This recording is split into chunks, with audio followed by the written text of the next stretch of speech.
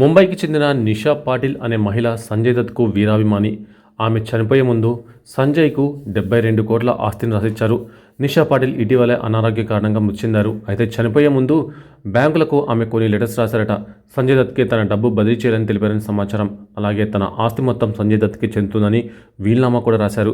లీగల్గా ప్రస్తుతం ఆ ఆస్తి అంతా సంజయ్ పేట ఉంది.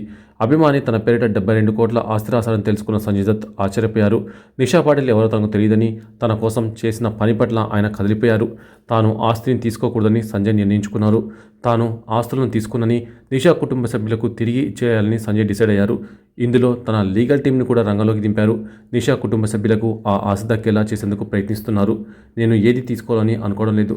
నిషా ఎవరో నాకు తెలియదు. ఈ విషయం గురించి చెప్పేందుకు మాటలు కూడా రావడం లేదు అని సంజయ్ దత్ అన్నారు. ఖల్నాయక్ సాజన్ మున్నాబాయ్, ఎంబీబీఎస్, లగే రహో మున్నాబాయ్, వాస్తవ్, నామ్, ధమాల్ సహా సంజయ్ నటించిన బాలీవుడ్ చిత్రాలు బ్లాక్ బస్టర్ అయ్యాయి.